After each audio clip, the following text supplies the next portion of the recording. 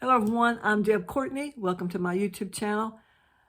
I want you to know that I'm not talking about religion today. I'm talking about spiritual bliss. I'm talking about relationships. I've been on a topic of being able to live the kind of life, the quality of life that you really want to live, but you're going to really have to be willing to make the intentional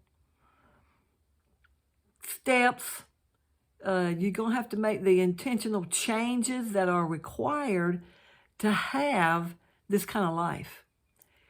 It's not easy. It sometimes takes people a lifetime to be able to do this. It is doable.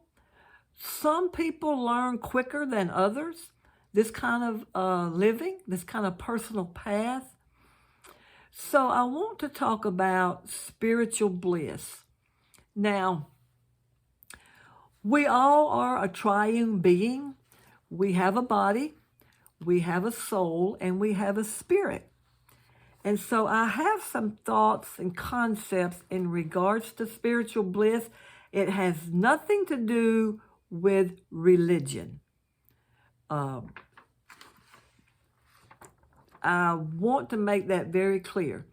Even though I do have a belief system in Jesus Christ, that's not what I'm wanting to talk about. I am wanting to talk about how spiritual bliss can come from being totally connected with yourself and totally connected with your soul. And your soul consists of your mind, your will, and your emotions. Think about those three things: your mind, your will, your emotions, and body, and everyone else. This is what I wrote down in my notes a long time ago. This is a different kind of thinking of than what you may be used to hearing. It's a high experience of life, rich with the subtleties and details that open one up to a quality of life unmatched by the trappings of this material world.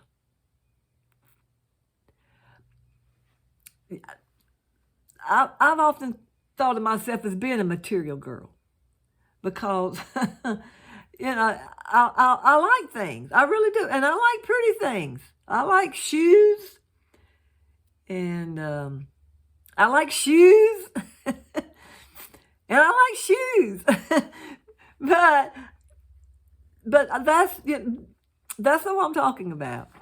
And I like a beautiful environment. I want my environment to be pleasing to me, to look at in my eyes. I want to surround myself with beautiful paintings, with beautiful furniture, with beautiful color. I'm a color girl, and I can be a material girl, but that's not what I'm talking about.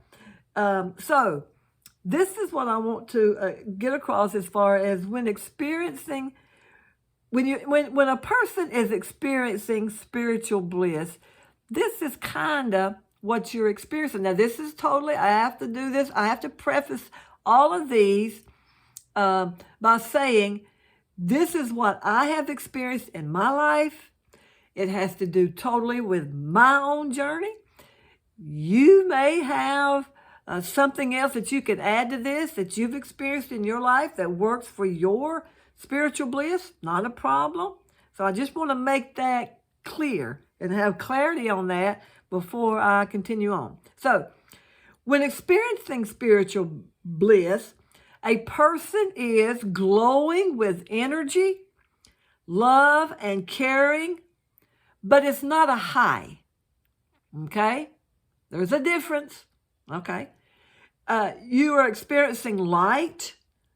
you're contributing to not only the goodness to yourself and treating yourself right and what you eat, what you take into yourself, whether it's through eating, drinking, physical fitness, what you're taking in through your eyes, through what you're watching, and you're being responsible for your total well-being, your total spiritual bliss. It's a higher plane of existence. You have to really, really, really, really get your thinking up. Really, I mean, really, really, really get your thinking up. It's not no broke, busted, disgusted, woe is me type. That's not it. It's really something that it's a different level. Touching others in a profound way, whether it's measurable or not. It's a living that's above and beyond this world that you see, the degradation, the death, the destruction. And that's about as high as level as a person can get their thinking up. Was, who can I destroy? Who can I kill? When can I blow somebody up? When can I blow a country off the face of this earth? That's as far as people can get their thinking up. They think that is the super cool. Sad. A person like that is really, really sad. But until a person gets there, what does a person's look like that is not experiencing spiritual bliss? Well, I have a couple of things. Disconnected from healthy energy. You have to have a chemical high. You're burdened down with life challenges, and you're alone. You're fearful of possible consequences. You're defensive, and you're trying too hard to create.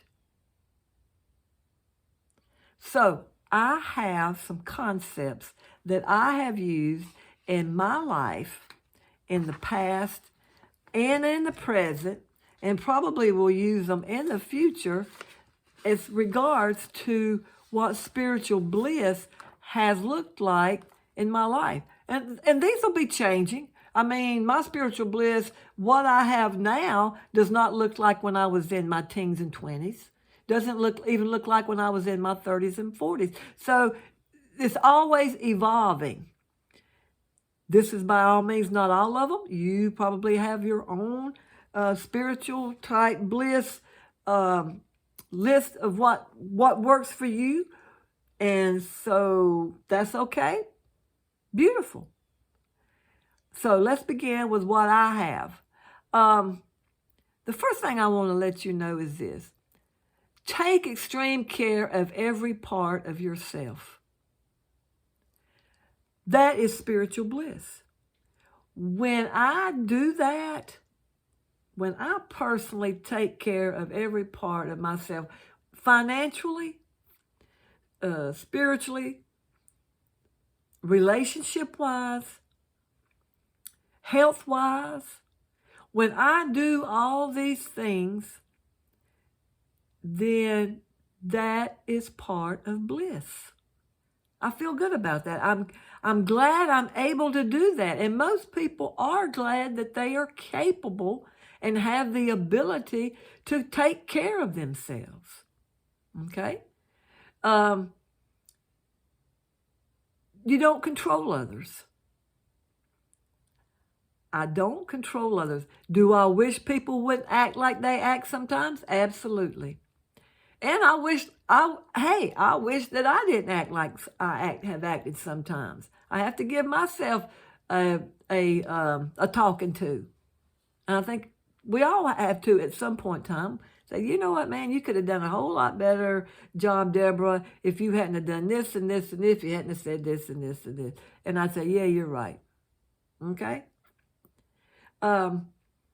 Identify the distinction between, listen carefully, you need to identify the distinction between self and ego.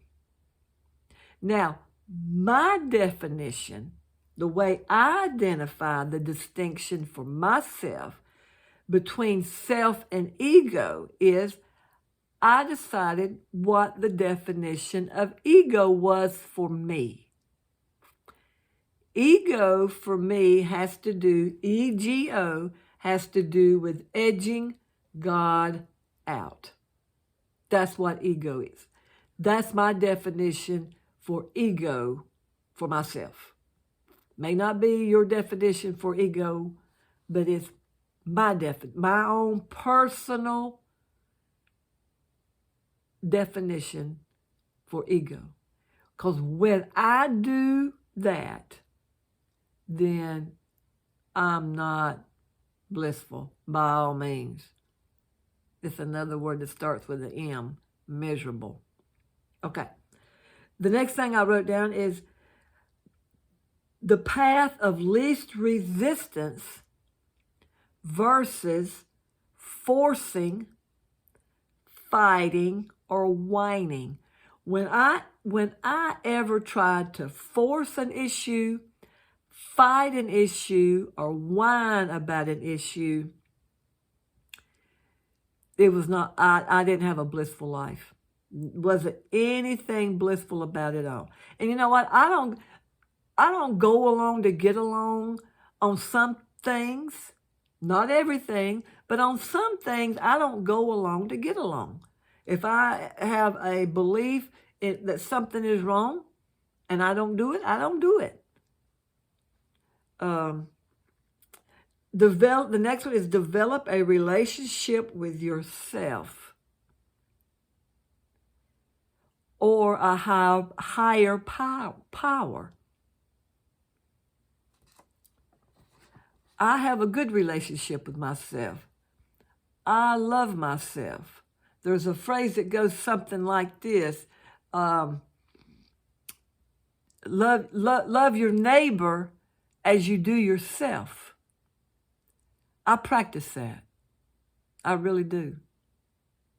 Now, I have a lot of unlovely neighbors in the past. I've had a lot of unlovely neighbors, but I still consciously and intentionally, if possible, as far as it depended upon me, to get along with them. If an individual will not allow you to get along with them, if an individual has a made-up mind that they do not want to get along with you, that they don't like you, they don't want to be around you, then you cannot, if possible, get along with them. So sometimes the best way to get along with an individual is to leave them alone.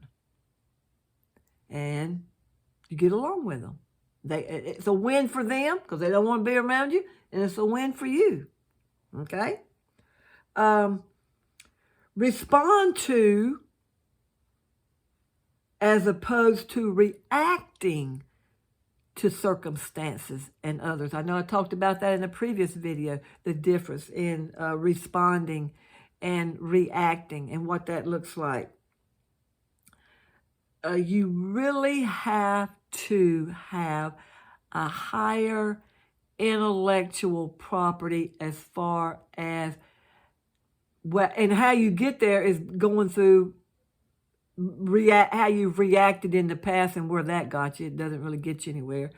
So you finally learn that reacting to somebody is totally doesn't get you anywhere. Then you think about, okay, then you start thinking, okay, how should I respond to this person?